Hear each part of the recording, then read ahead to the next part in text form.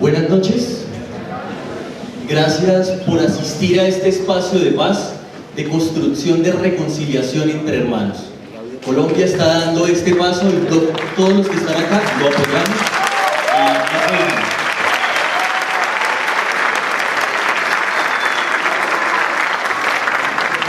Para Independencia Records, una marca naciente, un sello, una productora y una editorial de arte, cultura, paz y reconciliación, es muy agradable que la Feria Internacional del Libro nos abra las puertas y que ustedes nos reciban de corazón, porque este país merece cambiar y estamos en un momento justo para nunca volver la página, para no volver a la guerra y para que se construya la paz de corazón con justicia social.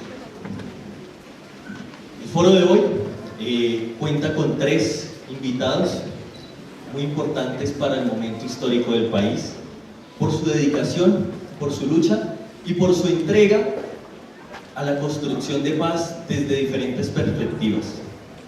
Hoy vamos a hablar sobre el rol de los medios y los comunicadores en la construcción de una cultura de paz. Para esto, les pido para comenzar un fuerte aplauso para estos 3 invitados que se presentan.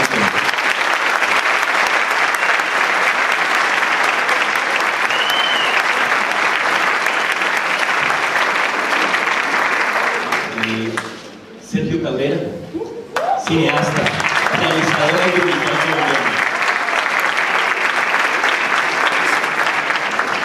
ex vicepresidente de la Cámara de Representantes en el año 1998 y además ex militante del Ejército Popular de Liberación, EPL. Para él un fuerte aplauso.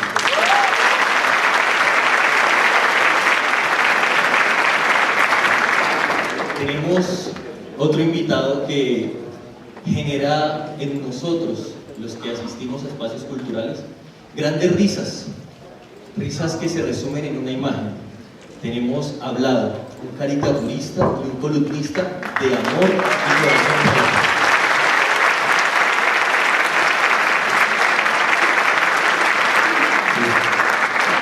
No sabía que había aquí tanto subversivo al pie mío. Me han dicho que había uno, ¿no? Hay 2.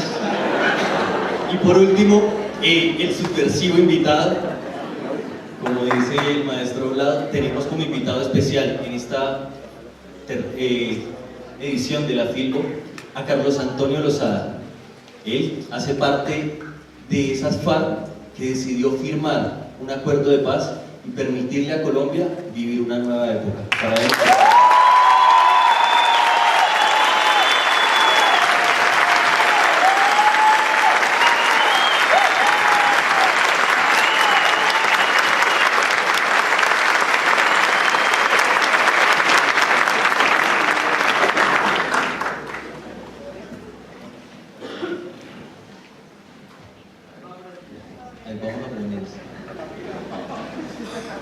bueno, vamos a comenzar esto. Sucede que Colombia vive un momento muy importante y nosotros como Independencia Records creemos que se construye con la diferencia. Para eso los hemos invitado. Lo primero es que ustedes saluden a este público y luego comenzamos a preguntar para poder dialogar. ¿Listo? Pues comenzamos. Pues, buenas noches, de verdad un privilegio poder estar aquí con tanta gente que comparte la idea de que es posible una Colombia en paz y que es posible desde diferentes áreas de la cultura contribuir a que el país entre en la dinámica que necesitamos para que se comprenda la importancia del libre pensamiento, la importancia de sembrar ideas progresistas en este país que nos permita de verdad llegar al país con que todos hemos soñado durante tantos años. Gracias, muy buenas noches. Primero que todo, agradecer la asistencia de todos ustedes. agradecer a Independencia Records la invitación para poder venir a exponer nuestras ideas y por supuesto la compañía de dos personajes de tanta importancia para la cultura, los medios de nuestro país, Lado y Sergio. Bueno, yo tengo que confesar que yo también pertenecía a un grupo armado, de verdad, se llamaba el Batallón Guardia Presidencial. Es un grupo armado que no se va a desmovilizar y que casi siempre es legal. Yo no era el más santista de los santistas y no lo soy, pero hace como 3 o 4 años una señora aquí en la Feria del Libro me dijo: entonces usted se volvió santista. Y yo le dije: si Santos le camina a la paz, yo le camino a Santos. Y me la jugué desde el comienzo creyéndole al proceso de paz, aunque a veces los de las FARC no lo dejaban a uno ayudar, porque hacían unas cosas y uno decía: Dios mío, otra vez, ¿no? Pero por fortuna, en los últimos, sobre todo los últimos tramos del proceso, cuando ya se veía que era irreversible y cuando los poco amigos del proceso trataban de meterle veneno a la cosa y tal, la sensatez de las FARC yo creo que nos dio mucho ánimo y nos dio mucha ilusión a los que creímos en este proceso, a pesar de todos los tropiezos, y todavía falta pues toda la implementación, que es obviamente lo más complejo de todo. Pero yo quiero, de verdad, como le dije a Timochenko en Cartagena, Timochenko yo no lo conocía, yo no soy amigo de muchos guerrilleros que yo sé, y yo no conocía a Timochenko, y lo saludé después de la firma de la ceremonia en Cartagena, la que después nos la culparon a punta de referendo de mentira. Pero lo conocí y él me dijo: yo he sido víctima de su pluma. Y yo le dije: y nosotros de su plomo. Pero es mejor la pluma que el plomo. Bienvenido a la democracia. Y eso mismo le digo ahora. Perdón, ¿cómo es que es su nombre? No, de verdad. No, y eso mismo le digo ahora de verdad al comandante Lozada, al señor Lozada o al doctor Lozada, yo no sé cómo toque decirle de ahora, pero de verdad le digo eso: bienvenido a la democracia. Me gusta estar aquí sentado, que podamos hablar, intercambiar ideas y que la pluma esté reemplazando al plomo. Me parece que eso es un avance muy importante para este país, para nuestros hijos, para su bebé, para los hijos de Sergio y de todos nosotros. Muchas gracias por la invitación.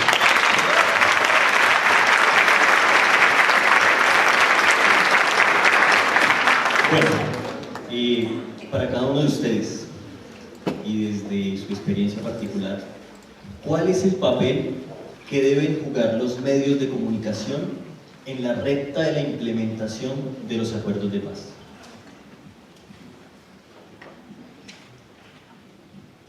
Sí,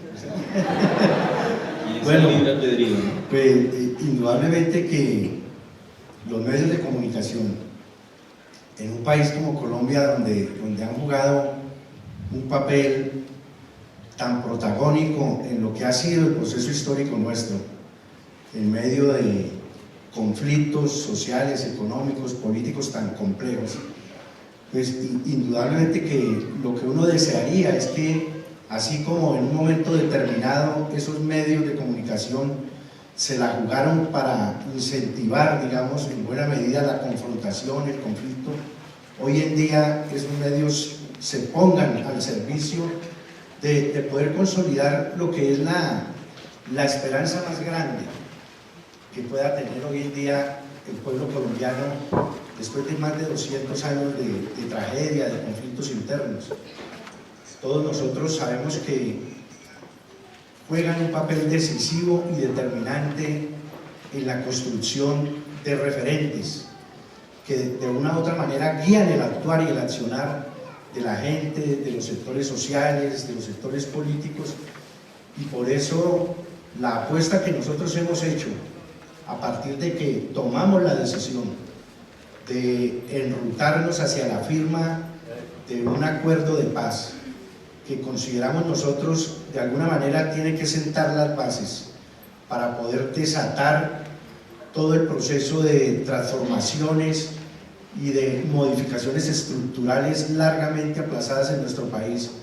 Pues lo menos que se puede esperar de esos medios de comunicación es que ayuden a generar el ambiente político y social propicio para que esas fuerzas represadas de cambio, de transformación, de ampliación de los espacios de la democracia permitan, digamos, con la ampliación de esos espacios, que nuevos sectores sociales y políticos emerjan al escenario de la vida política nacional, y en esa medida se permita airear el enrarecido ambiente político que ha permanecido en nuestro país a lo largo de los años. Y por eso consideramos que buena parte de la implementación de los acuerdos tiene que ver con la implementación de lo que hay contenido en los acuerdos en materia de medios de comunicación, que se cumplan los compromisos que están planteados allí, dándole posibilidad de acceso a los sectores que históricamente han estado marginados de la vida política nacional, para que a través de esos medios puedan expresar sus anhelos de cambio y de transformación.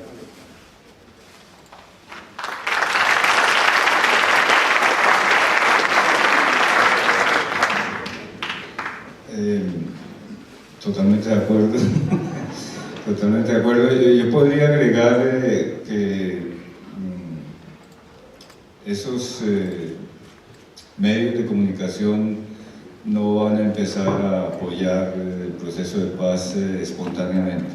O sea, lo que hemos visto desde que se firmaron los acuerdos, lo que hemos visto durante muchísimos años, es que la mayor parte de los medios de comunicación prefieren la noticia sensacionalista o irse por otros caminos que ellos consideran más rentables, porque finalmente esos medios de comunicación están todos en manos de grupos económicos que tienen intereses económicos y políticos muy fuertes, y poco interés en difundir ideas progresistas, poco interés en difundir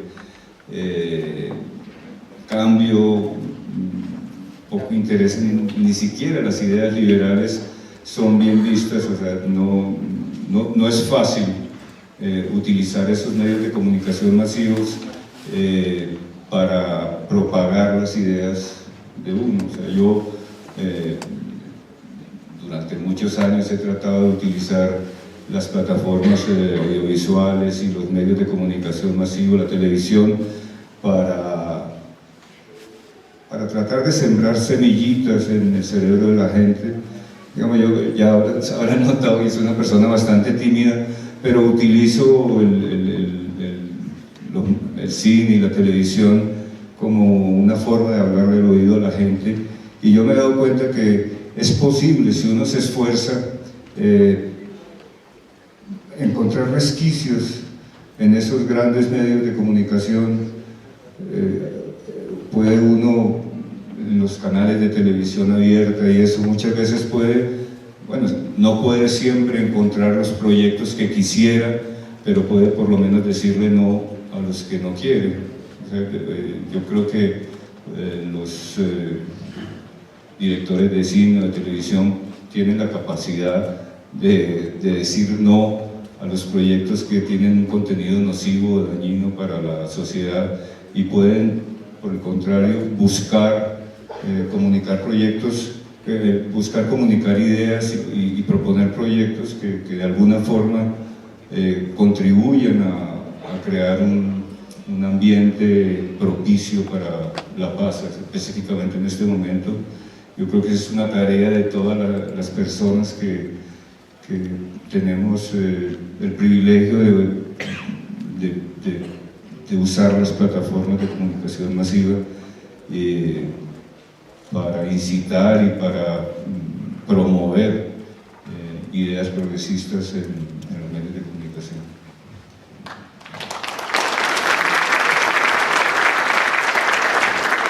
Lástima que Petro se tiró la palabra progresistas, ¿no? Pero bueno, yo creo que los medios durante más de medio siglo han estado como transmitiendo un partido en el cual hay goles, ¿no? De alguna manera macabra, pero hay goles de lado y lado. Con la paz no va a haber goles. Es como transmitir un partido donde no hay goles, como el del Manchester City y el Manchester United, que jugaron hace 2 días y no hubo goles, que quedaron 0-0, ¿no? Entonces, indudablemente los goles, cuando no se producen, entonces los medios tratan de inventárselos, algunos medios, no todos. ¿Y cuál creo yo que debe ser la responsabilidad de los medios? Se tiende a decir equivocadamente que los medios tienen que ser objetivos, y es que la objetividad no existe. Alguien tiene que escoger la primera noticia del periódico, del noticiero, del canal de televisión, de lo que sea, porque la noticia no se escoge solo, ¿no? Alguien tiene que tomar la decisión de qué noticia va, en dónde va, cuán larga es, cuántos minutos, cuántas páginas, lo que sea. Entonces, la objetividad no existe, pero lo que sí debe de existir y lo que es obligatorio es la independencia de los medios y el equilibrio. Si yo voy a hablar de un personaje, lo menos que debo hacer es tratar de oír la versión del personaje y la versión de otras personas que puedan tener sobre un hecho en el cual este personaje está involucrado. Aquí muchas veces se da el caso de que los periodistas cuentan una cosa y ya, y se quedan en eso, ¿no? Y pasa con cosas triviales como la tal reunión de Trump con los 2 niños estos, ¿no? Con los 2 despistados, y uno va y ve y entonces no sabe en realidad, y ellos se encargan de alimentar y de especular y de todo el cuento, y entonces empezaron diciéndonos que fue una orgía, después no, que fue un quickie, un rapidito, y después que no, que fue un pajazo, ¿no? Y en eso nos quedamos, porque han ido retrocediendo y se quedan callados para dejar ahí flotando ese aire, y los medios irresponsablemente salimos a la reunión, no sé qué, tal cosa, con las distintas interpretaciones que de eso se dan. Entonces yo creo que no hay que esperar objetividad, porque la objetividad es imposible, porque toda actividad humana es subjetiva, donde la voluntad humana interviene, eso ya es una cosa subjetiva. Lo que sí es que los medios debemos, en este momento en el que se aproxima o que ya estamos viviendo el desarrollo y la implementación de los acuerdos de paz, es tratar de ser equilibrados y sino ser independientes, porque la independencia sí es algo que sí depende de uno. A mí me pueden decir muchas cosas, pero hay cosas que la gente sabe de mí de antemano. Yo no me las doy de ciudadano neutral. Yo tomé partido por la paz, ¿no? Yo no soy neutral. Si yo fuera director de noticiero, yo no le habría dado el mismo tiempo a los que estaban en contra de la paz y a los que estaban a favor, porque es que para mí éticamente yo no puedo, es como entrevistar y darle el mismo tiempo al violador y a la violada. No le puedo dar el mismo tiempo al violador, no le doy tiempo. A la víctima es a la que hay que darle el tiempo y abrirle el micrófono y las páginas, y no al victimario, ¿no? Entonces, en ese orden de ideas hay que saber cómo es el equilibrio y hacia dónde está. Pero decía, la gente sabe a qué atenerse conmigo. Yo no me las doy de ciudadano preocupado que anda por el mundo equilibrado, buscando el sin y el zen, y no, nada, el yin y el yang, no. Yo soy de frente, entonces la gente sabe que yo soy antiuribista, la gente sabe que no me gusta Ordóñez, la gente sabe que estoy en pro de los derechos humanos, en contra de la guerra, en fin, a favor de la legalización, en fin, de una cantidad de cosas, y defiendo y asumo mis posiciones, pero la gente sabe. hay periodistas y hay columnistas, porque las columnas también tienen una carga, y las columnas son opiniones, pero a veces no son opiniones del que las escribe, sino que el que las escribe está haciendo mandados, y está haciéndole la vuelta a un fulano que tiene algún interés o algo. Entonces yo creo que la independencia sí no es optativa, la independencia uno la tiene y la debe defender. La gente sabe que cuando yo digo algo es porque yo lo creo, no porque alguien me paga para que hable o me paga para que calle. Y hay veces que pues a la gente le gusta lo que digo y otras veces no le gusta y le parece que es una imbecilidad, pero son mis imbecilidades o son mis aciertos. Creo que la principal obligación nuestra es esa, es aportar equilibrio y aportar independencia. La objetividad es imposible.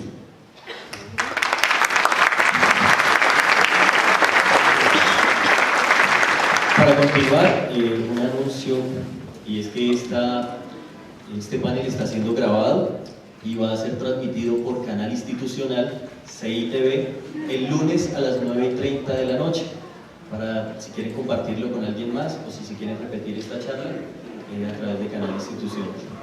Bueno, ustedes hablaban de los medios, de las redes y de estas comunicaciones. A través de las comunicaciones han llegado unas preguntas aquí y van a ser dirigidas. Entonces vamos a comenzar con el maestro Sergio. ¿Cómo se va a contar a través del cine esa Colombia olvidada, esa Colombia marginada que no conocíamos o que no hemos tenido la posibilidad de conocer porque estábamos en guerra? Sí, es una muy buena pregunta. Yo vivo orgulloso del cine que se hace en Colombia, no del mío, sino del que hacen mis colegas, porque pues para nadie es un secreto que las comedias venden más, pero si uno se pone a revisar el cine que se hace en Colombia, en su gran mayoría y con gran dificultad, es un cine que habla de nuestros conflictos, y yo tengo muchos amigos que se han arruinado haciendo películas que hablan de la injusticia, que hablan de la violencia, que hablan del narcotráfico, que hablan de muchas cosas, y se han arruinado a sabiendas que les hubiera ido mucho mejor haciendo la historia de una campesina que se casa con el patrón y tienen muchos hijos y son felices. Paloma Valencia y algo en Esa sería una bonita historia. Sí, si uno se pone a ver, o sea, en Colombia los intelectuales en general, los artistas en general, siempre han tenido una posición de gran curiosidad, de gran entrega, de búsqueda, de intentar hablar de lo que es este país. Y pues el gran ejemplo es Gabriel García Márquez. O sea, 100 años de soledad, en el fondo es una historia de la violencia colombiana, camuflada detrás de una historia de personajes entrañables. Y ya concretando la pregunta, yo estoy seguro que en Colombia hay muchísimos cineastas que están esperando la oportunidad de entrar a mostrar esa Colombia que nos han estado escondiendo durante tanto tiempo, o sea, ese país al que se le ha estado dando la espalda durante tanto tiempo, porque el espíritu de los artistas colombianos es hablar de su país. Es muy difícil, hace un rato yo estaba hablando con alguien, con el comandante, estaba hablando de lo difícil que es competir con películas, no sé, una película mía que cuesta $1 millón, compite con una película norteamericana que cuesta $200 millones, entonces para el público es como si costara lo mismo comprar una bicicleta que un Mercedes-Benz. Es difícil competir así, pero aún así, insisto, yo sí me siento muy orgulloso del cine que se hace en Colombia, porque los cineastas de verdad son gente que está esforzándose por reflejar el país, o se han esforzado durante estos años, yo creo que van a seguir haciéndolo.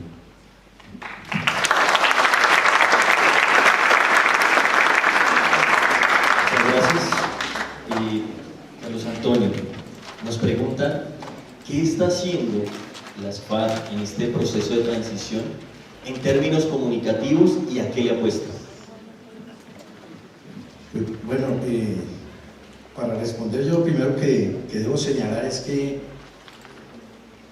los últimos 12 años de la guerra, de la confrontación, no solamente se lanzaron, digamos, grandes operaciones militares que acumularon, digamos, un poderío enorme del aparato de guerra militar del Estado, sino que además, así lo percibimos, se lanzó una verdadera ofensiva mediática dirigida a deslegitimar de alguna manera los objetivos de la resistencia armada, de la insurgencia en nuestro país. Y bajo el mote del terrorismo se quiso esconder la realidad de los conflictos económicos, políticos y sociales que yacen en la raíz de lo que ha sido la conflictiva historia nuestra. De manera que cuando nosotros llegamos al escenario de La Habana, dispuestos a buscar la salida política del conflicto, también estábamos claros que una de las dificultades más grandes con la que nos íbamos a encontrar era precisamente en el espacio comunicacional. ¿Cómo vamos a tratar de revertir de alguna manera esas matrices de opinión, ese imaginario que se fue posicionando en el conjunto de la sociedad colombiana e incluso a nivel internacional, para tratar de deslegitimar al opositor y de alguna manera justificar sobre esa base que se le puede exterminar, que se le puede masacrar, que se le puede someter al peso indiscriminado de un aparato de guerra impresionante. Entonces, desde luego que a partir de que llegamos a La Habana nos propusimos de alguna manera comenzar a construir unas herramientas y una propuesta que de alguna manera permita también, desde nuestra propia visión, aportar a la comprensión de lo que ha sido el conflicto colombiano. Yo pienso que de alguna manera un paso muy importante en la construcción del proceso de paz y del acuerdo lo constituyó el informe de la Comisión Histórica del Conflicto y sus Víctimas, porque cuando surge al conocimiento de la opinión la visión de esos 12 expertos virtiendo una visión pluralista de lo que ha sido esa parte de la historia de nuestro país, comenzó de alguna manera a desmoronarse la unilateralidad, la visión maniquea de que solamente habían unos malos en la historia nacional.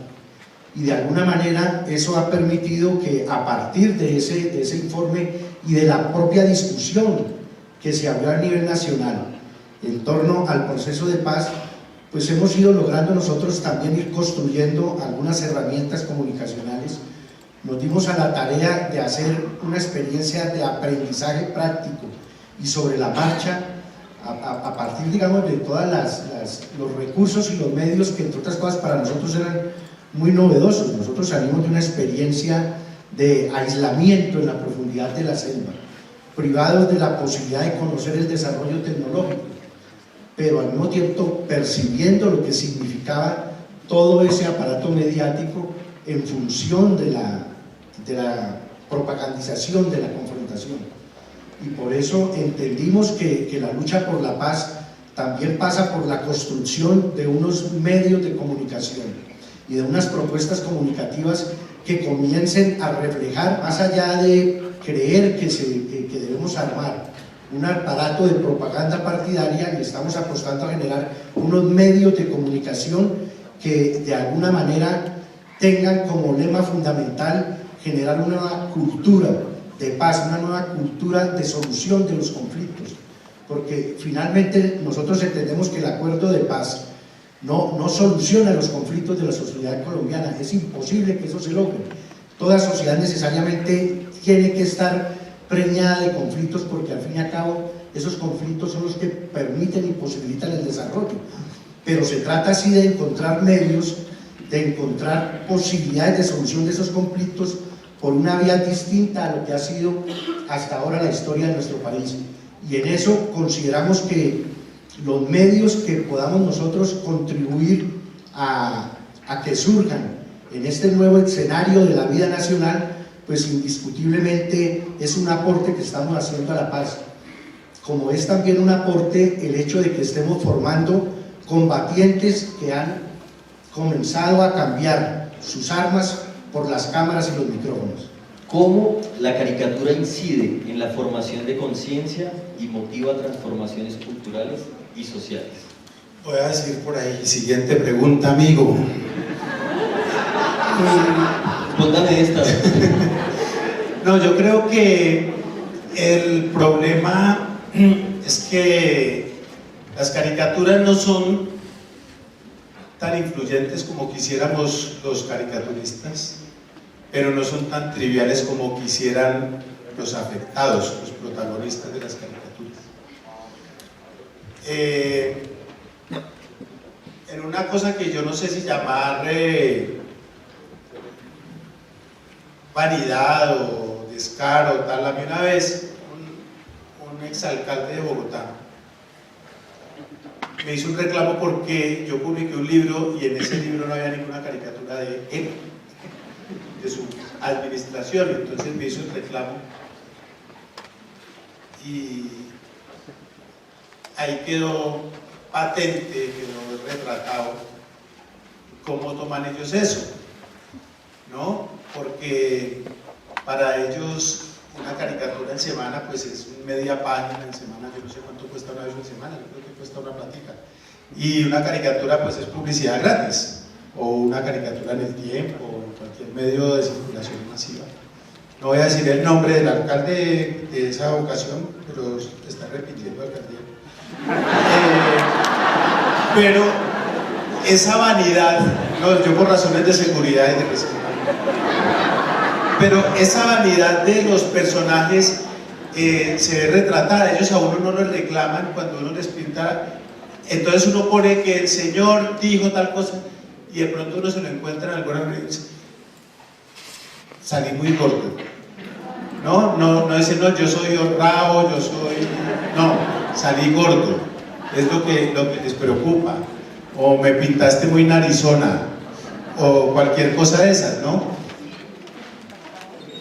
Con lo cual, desgraciadamente, las caricaturas a la gente, eso es como la fidelidad de los tipos, que les entra por un oído y les sale por la bragueta.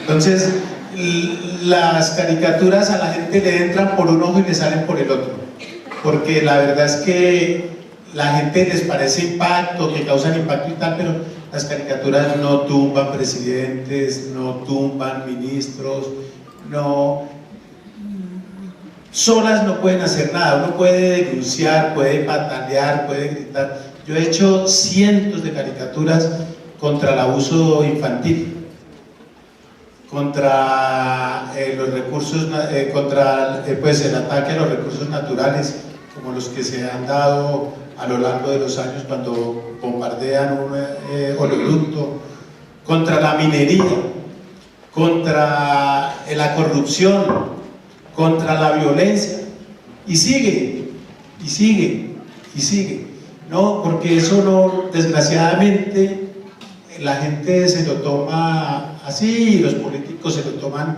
como una cosa, como ahí, desahóguense, digan lo que quieran, pero ellos siguen en lo suyo. Entonces lo que necesitamos es que la gente se apropie de los procesos en los que cree que le pueden dar algún mejor futuro a nuestro país, ¿no?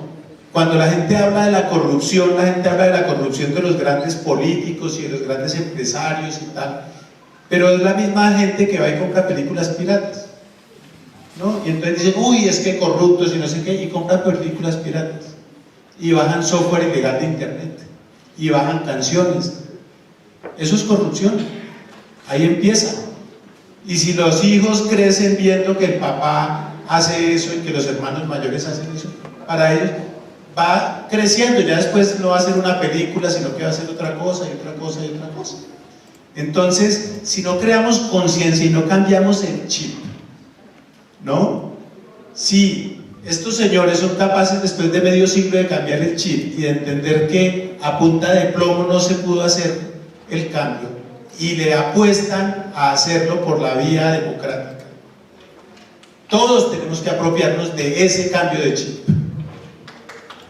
Y es un cambio de chip que tenemos que hacer en todo. Que si alguien me raya el carro, yo no puedo bajarme con una cruceta a pelear con el señor.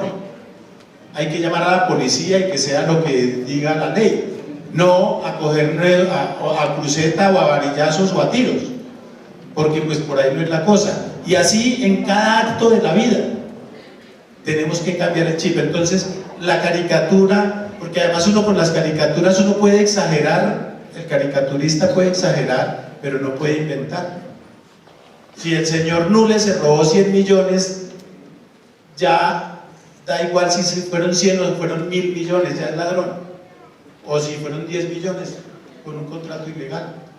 Pero si el señor Nule no se ha robado ni un peso, yo no puedo decir que se robó un centavo.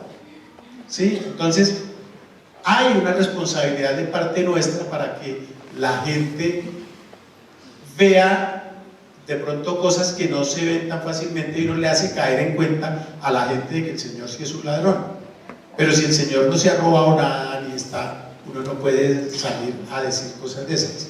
Entonces yo creo que la función de nosotros, de las caricaturas, porque pues nosotros no somos pedagogos ni somos coaches, para usar una palabra que se usa tanto ahora, ni nada de eso. Nosotros simplemente somos periodistas que opinamos y esa opinión depende de lo que pasa y esa opinión está supeditada al interés que tiene la gente. No, los uribistas dicen que es que yo no cambio de tema y pues cuando ellos cambien de moral yo cambio de tema, ¿no? Y entonces cuando estamos, a mí me dicen, pues que usted a mí me han dicho, los uribistas me dicen guerrillero, me dicen guerrillero a mí. Les digo, vaya, miren todas las caricaturas que yo he hecho de las FARC y volvemos a hablar. Entonces ahí se quedan callados. Pero los venezolanos chavistas me dicen uribista. O los correístas, cuando hago alguna caricatura o digo algo de Correa, me dicen que yo soy un paramilitar. ¿No? Porque la gente juzga así muy chiquito. Entonces, uno no es un pedagogo ni de estas cosas, uno trata de denunciar, trata de esto, pero lo que sería bonito, pero esto es en un mundo imaginario, lo que sería bonito es que la gente se apropie de esas protestas que uno hace en las caricaturas y salga y haga el reclamo. ¿Sí? Que si uno protesta contra los abusos en las tarifas de Transmilenio o del teléfono o en la corrupción o la minería ilegal o la megaminería legal, pues que la gente se apropie de eso, eso sería bonito, pero desgraciadamente se queda ahí. Entonces yo no soy tan optimista, nosotros no logramos cambiar nada. Si no pudieron ellos a punta de bala, no, de verdad, ¿qué vamos a poder nosotros a punta de bla bla? ¿No? Entonces yo creo que hay un papel por hacer, pero ese papel tiene que nacer es en la práctica de las cosas chiquitas y en la práctica que cada quien tiene que hacer y pensar si la caricatura tiene un mensaje que a mí me puede ayudar a cambiar el chip y a entender las cosas de una mejor manera.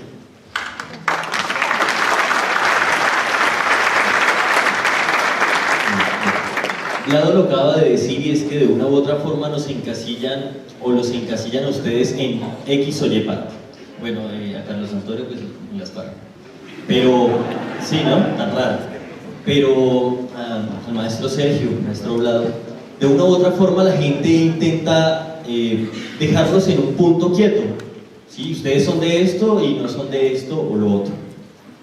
Eso tal vez es porque muchas veces el público no sabe qué los motiva.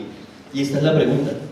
¿Qué los motiva a construir paz, a a cada uno de ustedes a través de los hechos comunicativos.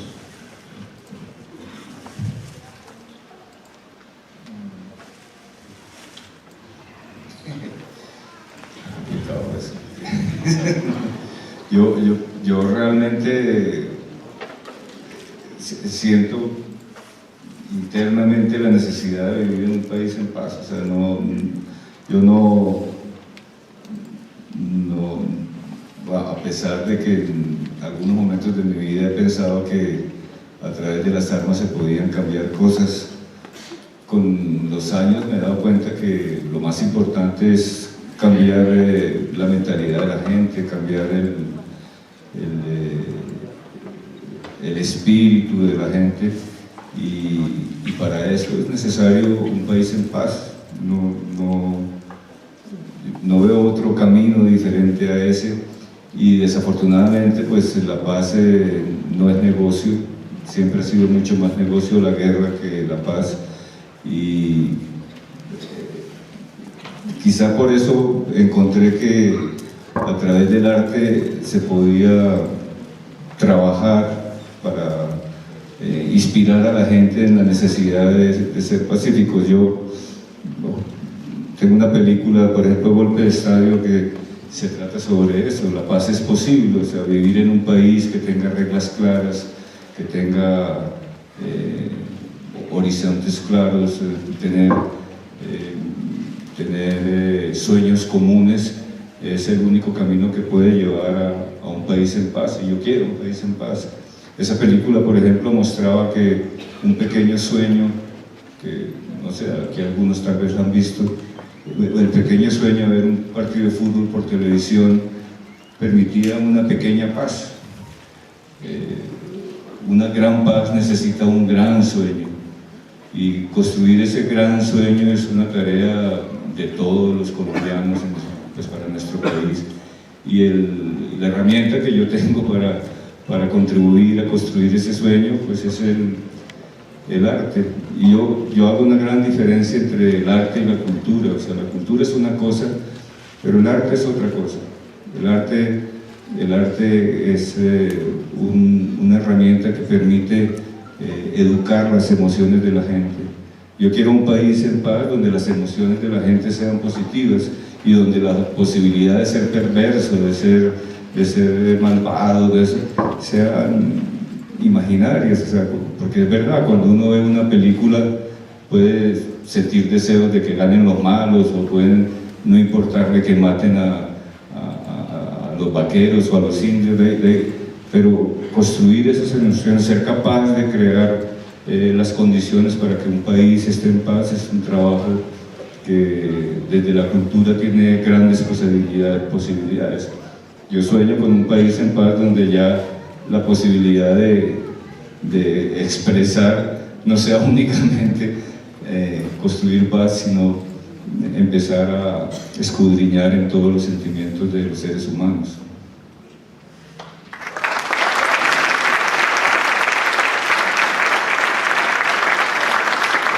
Bueno, creo que los seres humanos de alguna manera somos prisioneros del momento histórico en que nos corresponde nacer. Vamos a estar condicionados por las condiciones históricas concretas, y eso hace que todos quienes estamos en esta sala nos tocó nacer en un país en guerra, y esa guerra de alguna manera va a determinar muchas de las decisiones que todos nosotros hemos tenido que tomar en la vida. Por eso cuando como es el caso personal, tomamos la decisión de empuñar un arma para ir a luchar por unos ideales, y entregamos toda nuestra vida a esa lucha, y lo sacrificamos todo, y vivimos y sentimos y vivimos los horrores de lo que es la guerra, la tragedia humana, el dolor que eso significa, y ahora tener la posibilidad histórica de estar de alguna manera protagonizando la posibilidad de que nuestra nación pueda cambiar. que el destino de las generaciones futuras no sea lo que nos correspondió vivir, y que desde la comunicación, desde el ejercicio de la profesión o de la actividad de poder comunicar, se contribuya a cambiar todo lo que es esa forma de pensar de los colombianos, labrada a lo largo de tantas décadas de confrontación, de odio, de desencuentros. El poder contribuir de alguna manera a que eso cese, pues indudablemente que nos pone en una situación, diría yo, en cierta medida privilegiada. Por eso nosotros sí consideramos que los medios de comunicación y los comunicadores tienen un papel decisivo y determinante en la construcción de lo que debe ser la paz, no entendida solamente como el silenciamiento de los fusiles, sino como la posibilidad también de ir disminuyendo esas diferencias sociales, económicas, políticas, esa discriminación, esa segregación que de alguna manera está en la base y que ha generado el conflicto que hoy en día estamos tratando de superar y de encontrar maneras distintas de tramitar esas diferencias.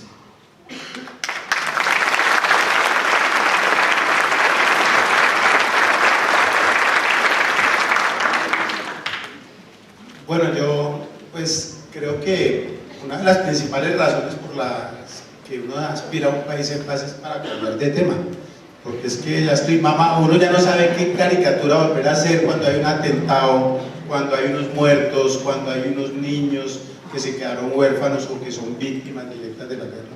De verdad que uno ya no sabe cómo más enojarse, ¿no? Cómo más indignarse. Entonces, en una entrevista que le hice hace unos años al presidente Santos, preguntándole por qué se había metido a hacer un proceso de paz a alguien como él, que ministro de Defensa, que le dio un montón de golpes a la guerrilla, que él decía una cosa que es muy cierta, decía, es más fácil y es más popular hacer la guerra que hacer la paz. Y de eso puede, esto lo digo yo, de eso puede dar fe Uribe, ¿no? Porque cuando Uribe decía que iba a hacer, vaya mate a esos bandidos y apúntemelos a mí, ¿no? La gente decía, es que tenemos un presidente, es que él sí tiene pantalones, no es este pendejo que se va a hablar allá con los guerrilleros que están y a tomar ron y a no sé qué, ¿no? Entonces, para mucha gente el tema de la guerra, claro, vende más, tiene más popularidad.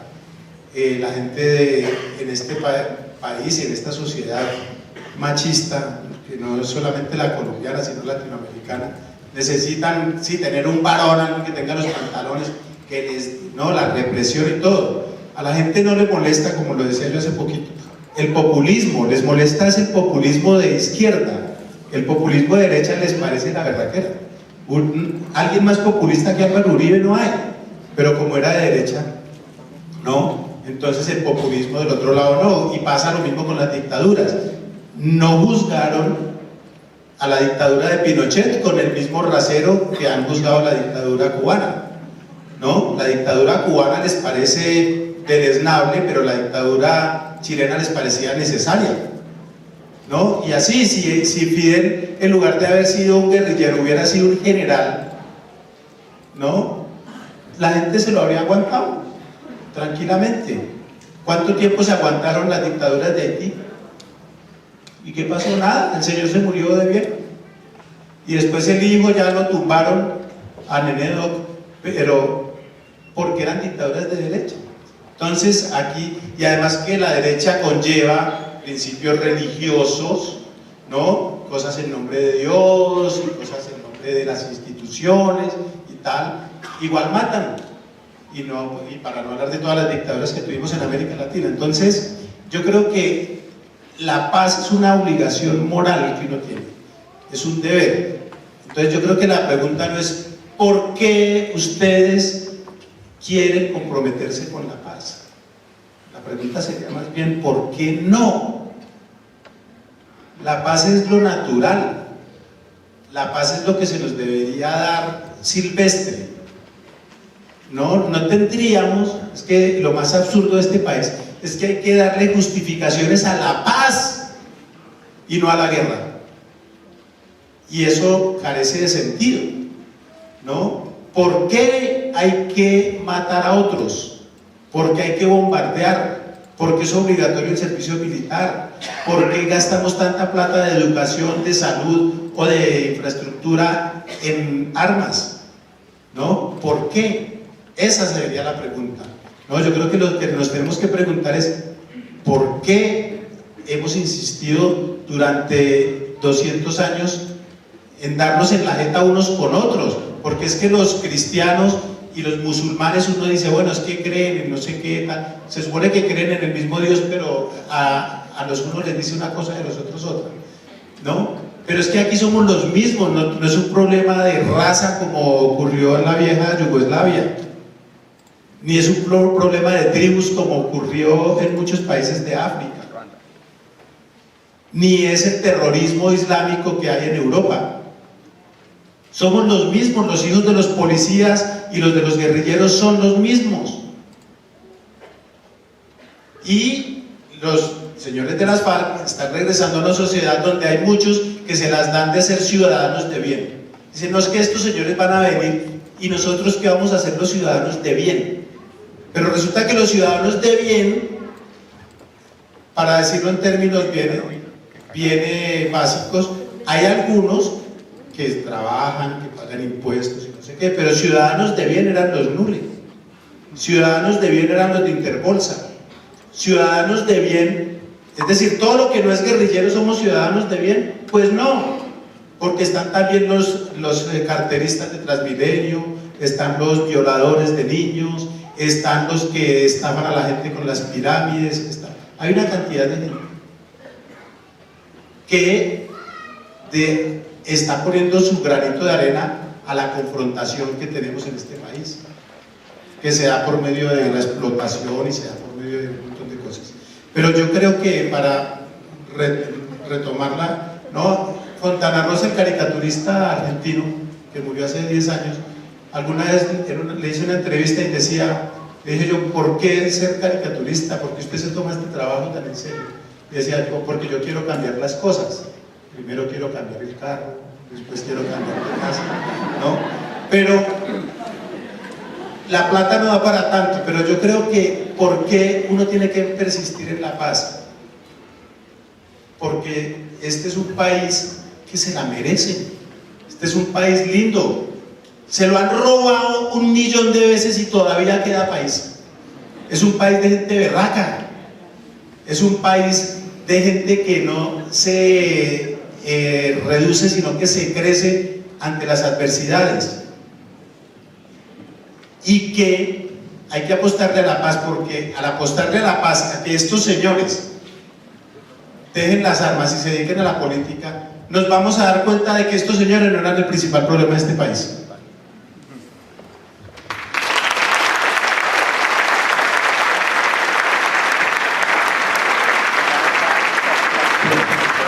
Hay un tema espinoso y es que las FARC hace su inserción en la vida civil nuevamente,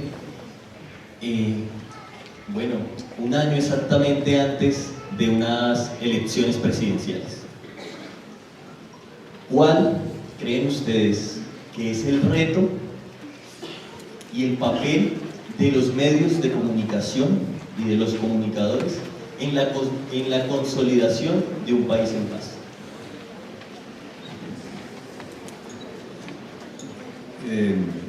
Yo insisto en que soy un poco pesimista sobre el papel que van a cumplir esos medios de forma espontánea.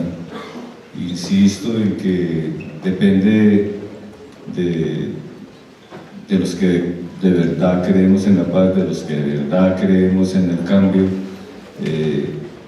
lograr sembrar semillas, como decía hace un rato, en el cerebro de la gente, que haga que esta idea, que yo me siento en minoría, en este país me siento en minoría en el sentido de que siento que hay tanta extrema derecha y tanta derecha militante que casi que expresarse es complicado, y por eso no siento que los medios de comunicación espontáneamente vayan a apoyar mis sueños.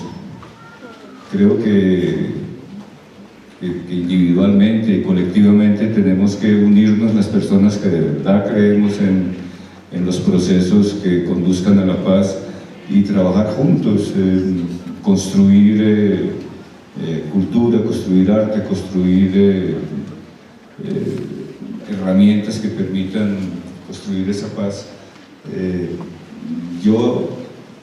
Mi sensación es que los medios de comunicación tradicionales están permanentemente haciendo una especie de falsos positivos con las noticias, o sea, les encanta crecer las malas noticias para atenuar las buenas, y de alguna forma nos hemos acostumbrado a que ese es el mecanismo y nos hemos insensibilizado, y nos parece normal que en este país se está construyendo la paz y que sean más noticias los partidos de fútbol o los reinados o el pseudoencuentro de los presidentes con Trump. O sea, es un país que internamente sí siente lo que está pasando, pero que no lo siente a través de los medios de comunicación, que tratan de minimizar el esfuerzo de una parte muy importante de la población que sí cree en la paz, que sí cree en la comunicación, que sí cree en la construcción de herramientas culturales y artísticas para cambiar las cosas. Y pues por eso yo creo que realmente depende de nosotros individualmente, de nuestra capacidad individual de infiltrar esos medios, de buscar resquicios para contar historias. En mi caso, por ejemplo, para contar las historias en las que yo creo, y no simplemente ser una herramienta de las historias que producen dinero a los canales de televisión o a las distribuidoras cinematográficas.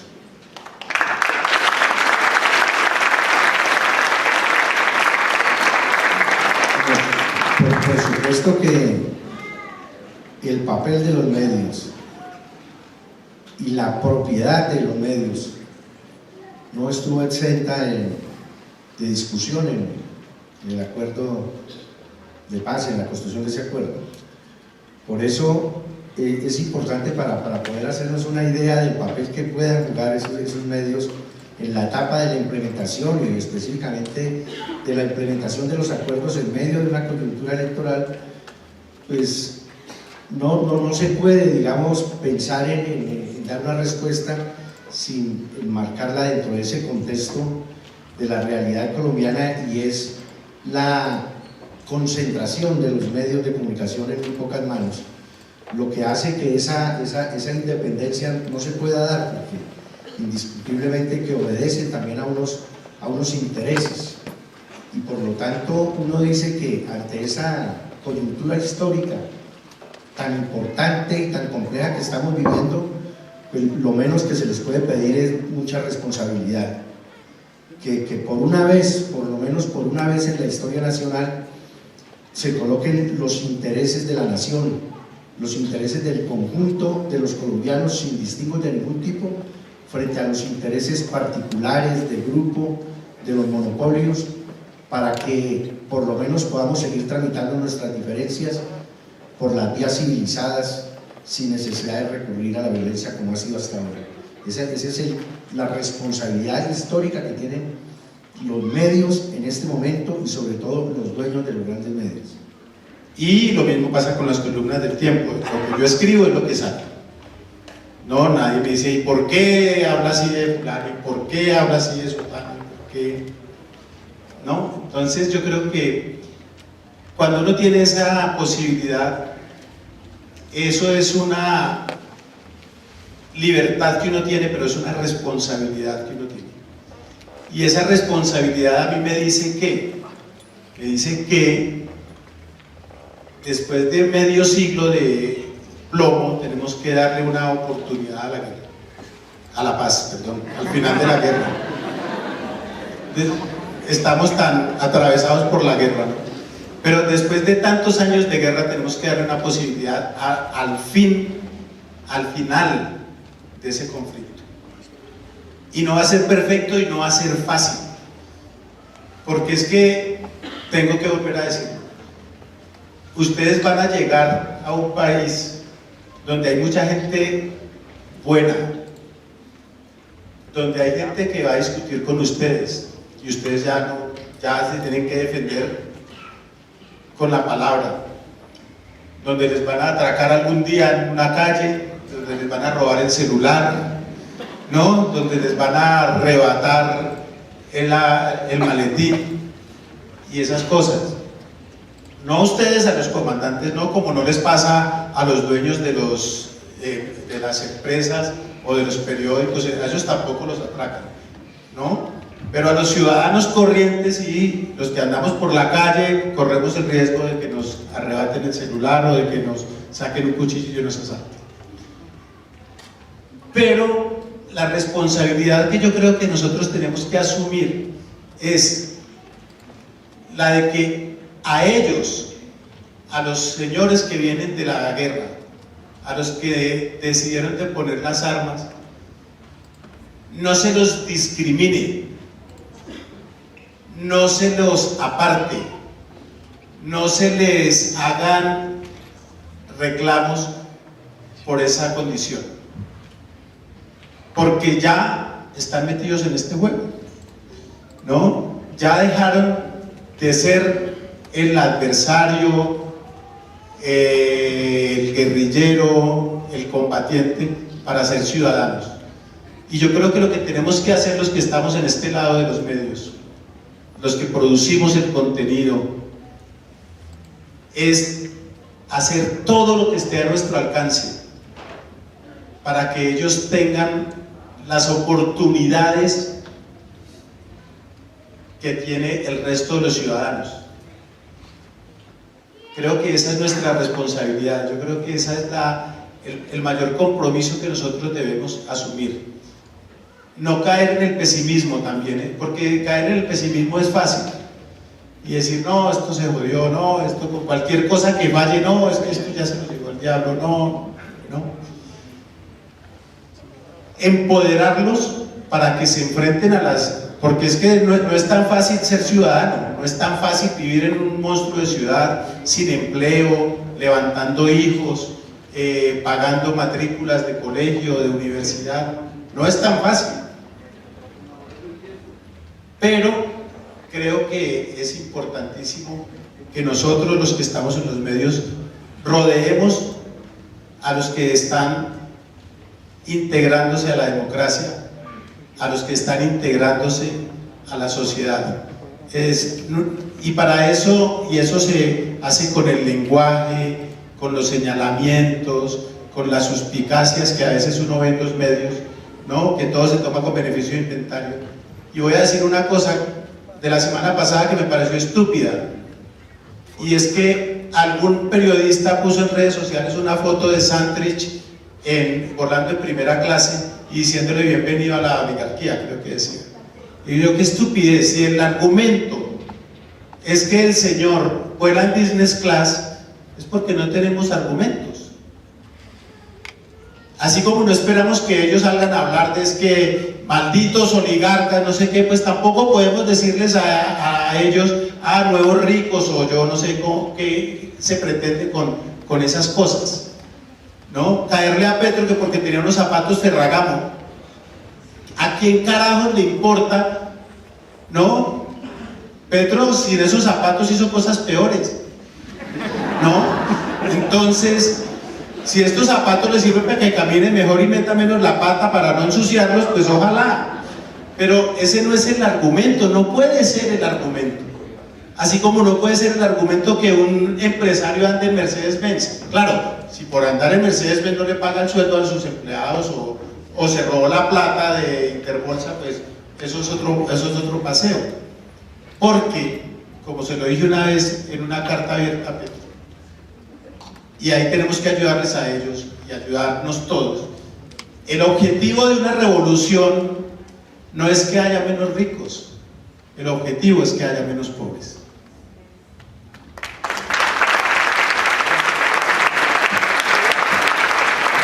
Bueno, hemos llegado a la recta final de este espacio. No se vayan, por haber estado aquí van a ser partícipes de la primera vez en que exguerrilleros llegan a la Feria Internacional del Libro a mostrar que no simplemente sabían hacer la guerra, sino que saben ser artistas. Maestros,